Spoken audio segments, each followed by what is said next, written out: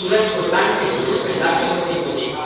یہ کائنات ایک دوسرے سے نہیں ملتی، اس میں فساد پیدا نہیں ہوگا، اس کی درہم نہیں ہوتی، ہزاروں